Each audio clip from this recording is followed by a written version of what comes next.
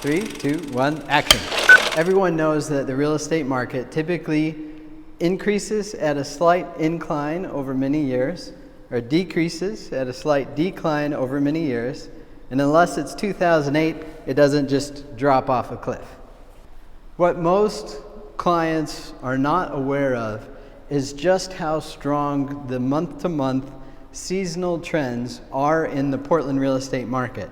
They literally, within that up and down trend, have huge peaks and valleys that make all the difference on when you want to put up a home on the market to try to get it sold.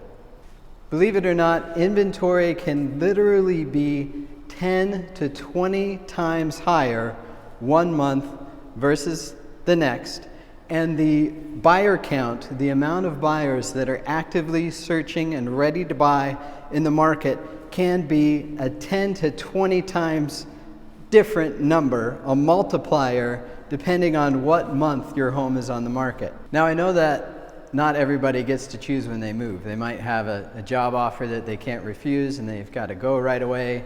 Unfortunately, a lot of sales come up because of death and divorce and, all sorts of different situations that we're very well equipped to help you with, and we can help you sell any time of the year, regardless of the market. Sometimes you just have to be more aggressive on price, or there's different things that you have to do to make it successful. But if you can choose any month of the year, then this is the video for you. First up, January. Now, the real estate market doesn't change from day to day, but it does change from week to week. And the first week of January is not the time to start your home sale because of the holiday hangovers. There's very few buyers out there, there's almost no activity, but amazingly and probably surprising to a lot of our viewers is that by mid-January, the market comes back to life and people are buying a lot faster than you'd think. There's this new year resolution, what do I want to do in the new year? A lot of people think, well, I want to buy a house or I want to transition. And they start looking and people end up buying much faster than they ever expected. They see your home on the market, and because January is one of the lowest inventory months of the year, they're not going to see much else. So it actually can be kind of an opportunity month. It can surprise home sellers how fastly we can sell something. Now, the other advantage for January is the first half of the year, generally speaking, is much better than the back half of the year. And so if you have a particular type of property, if you're either in a very difficult neighborhood to sell, or you have a luxury property, say over $800,000, or maybe just the nicest, biggest house in your neighborhood, which makes it a little harder to sell, or if you're on a busy street, it can make it a little harder to sell, then what you want to do is give yourself a long runway. And since the first half of the year is the best, it can be a good idea to start in January because you're giving yourself that whole best possible season to sell something. You're giving yourself the longest possible runway to sell your house. Now, as we're going to describe, the market does get better January to February, February to March, March to April. April is usually the peak. Sometimes it's May. So if you have a house that you're expecting isn't going to take very long to sell, January may not be the best month for you. The other potential negative about January is snowstorms. If we get really incredibly bad weather, you're going to want to skip that weekend, you're going to want to skip that week and maybe pick a little bit later week to get started. Because weather does actually make a huge difference on whether buyers are out there shopping or not. And as everybody knows, your first weekend on the market is really key. A lot of years we sell 50, 60, 70 homes their first weekend on the market. And so, you want to talk with us, you want to make sure you're going up at the right time. But do think of January, especially if you might have a home that has a smaller market for it. And again, that's home on a busy street, best house in the neighborhood, or a luxury property. Now, February is an absolutely fantastic month to sell. It's right before one of the very best months of the year to sell, which is March. There is no reason not to sell your home in February unless you know that you're in a neighborhood where everything sells immediately, and then sure, go ahead and wait for March. But February is, a really good month. We start a lot of listings in February. There's no reason to not list your home in February. You still have low inventory. You have an increase in buyer traffic from January, a slight increase in inventory, but it's still a great month. Now, when March hits, there are two figures that make a home sale. It's how many homes are on the market available for buyers to choose from, and how many buyers there are ready to buy. And so if you have low inventory and higher buyer traffic, of course everything sells. If you have high inventory and low buyer traffic, it's very difficult to sell. And so the ratios change every single month. And March and April have the best ratios where inventory isn't the lowest, it's the lowest in December and January, but it's really low and buyer traffic is really high. And in fact, the National Association of Realtors and other, real estate market statistic firms have even pinpointed that the last week in March is the best week of the entire year to put your home for sale.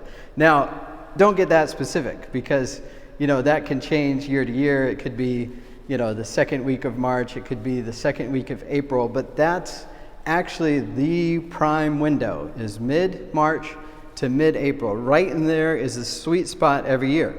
Now again, don't wait for that sweet spot. If you got a harder home to sell, start even further. Give yourself an even longer runway to make sure that you have all this time available ahead of you to sell your property. But if you've got something that's going to move, if you know it's going to sell, and you can pick any time of the year that you want to sell something, then go right in there. And man, just about everything moves just the way you want it to. You've got the most multiple offer situations of the entire year, always in March and April. Now, April. There's a reason why April is just a sweet, sweet time of year.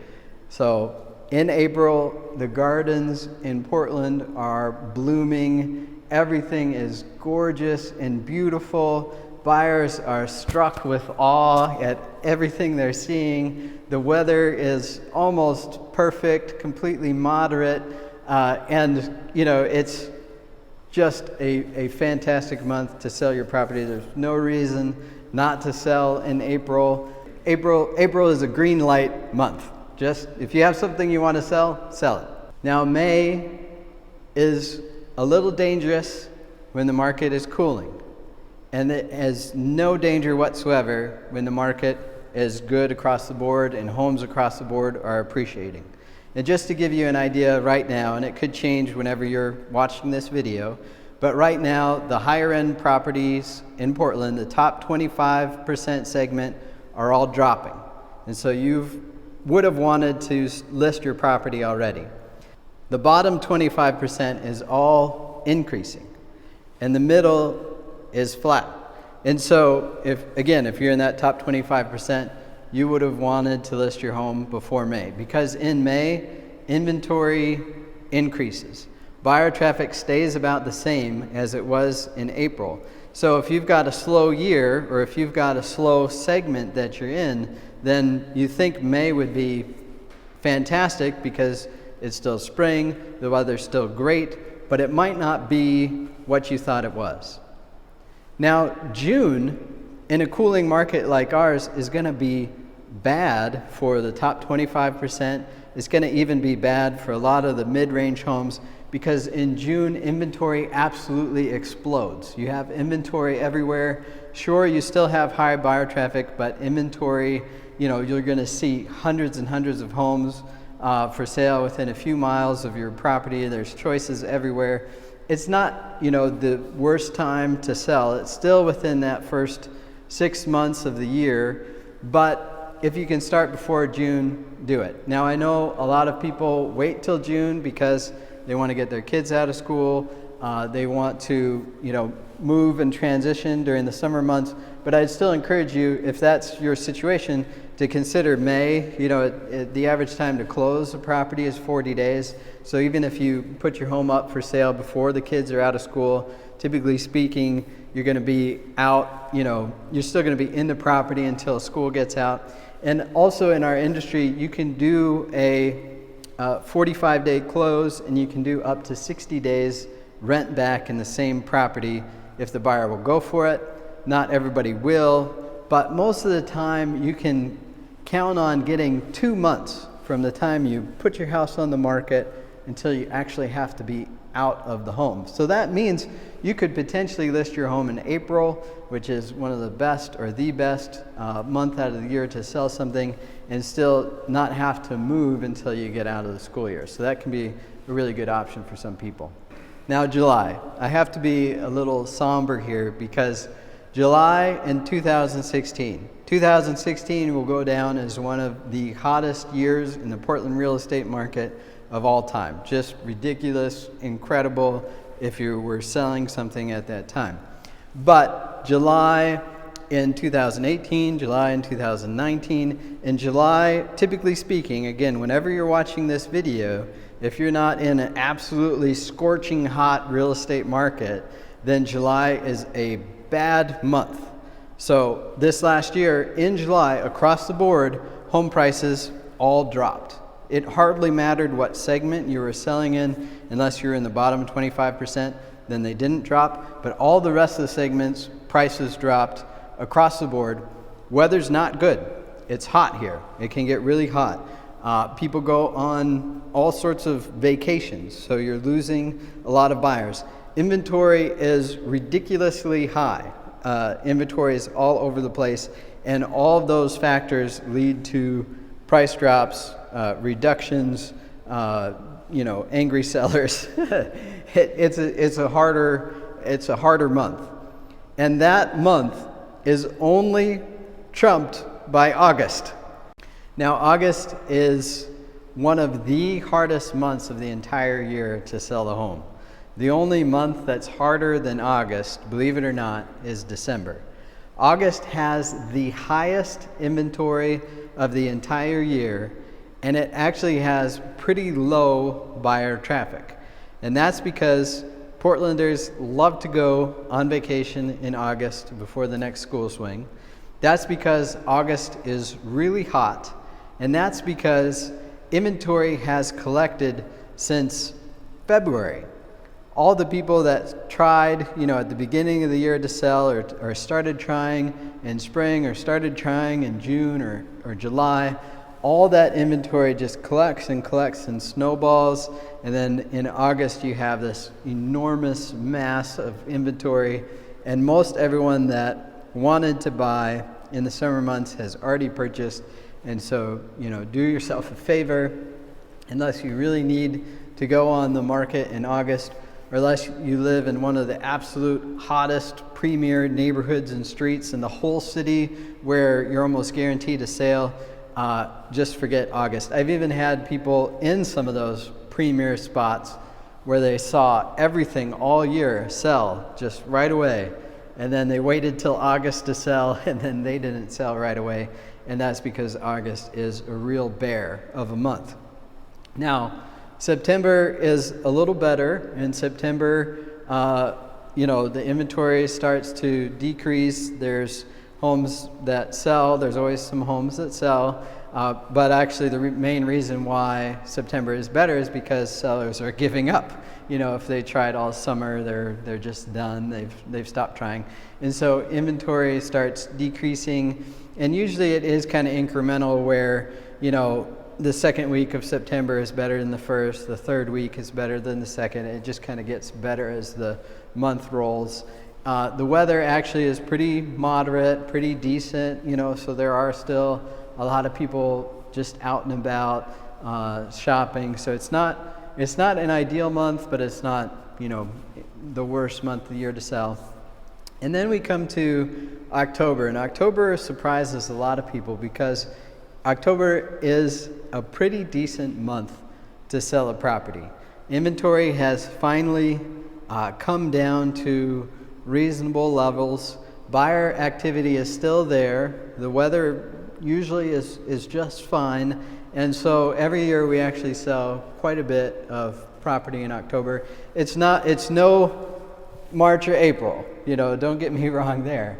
But if you're, thinking of selling in August, you're going to want to skip that. If you need to sell in this back half of the 6 months, then you might want to start your listing at the end of September. Might be kind of the ideal spot if you can't wait, all the way to the new year to put up your property for sale. Then that can be a nice little window. And even November, the first couple weeks are not bad. And as you might imagine, it's the holidays that make things tough in the winter weather. So, as soon as you start having some tough weather, as soon as you get to Thanksgiving, and then especially as you get to Christmas, it gets very difficult to sell. The week of Thanksgiving, there's almost no sales, but before that, and even the first 2 weeks of December aren't bad. So we've moved all the way pretty quickly to December here, and in December, you're not usually going to want to start a listing. You're going to want to wait till January. But let's say you've been on the market and you're still trying to sell. Don't despair completely. There are some holdout sales. There are some sellers that have been trying to sell for a while, and they just needed inventory to come down in their particular neighborhood. And sometimes they're the last house standing, and there's still some buyers left before we get to Christmas, and all of a sudden they might have been trying for a while and their house sells. So it can be good to kind of hold out even if you haven't sold yet, because that inventory will be decreasing.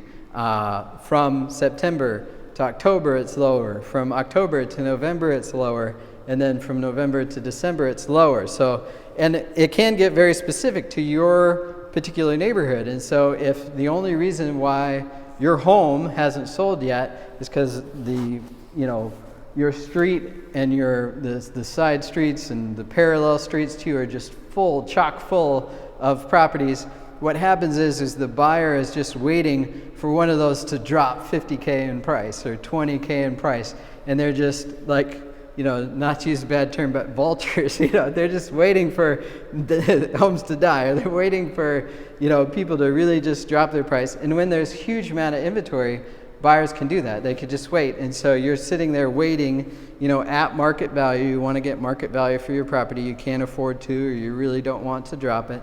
You're just sitting waiting. Well, sometimes just waiting for that inventory to drop all the way to where a buyer is almost forced to pay market value can be good. Now, mid-December through that first week of January where we started the video, those 3 weeks, that Christmas season, almost just forget it. Just cross it off your calendar, take your house off the market.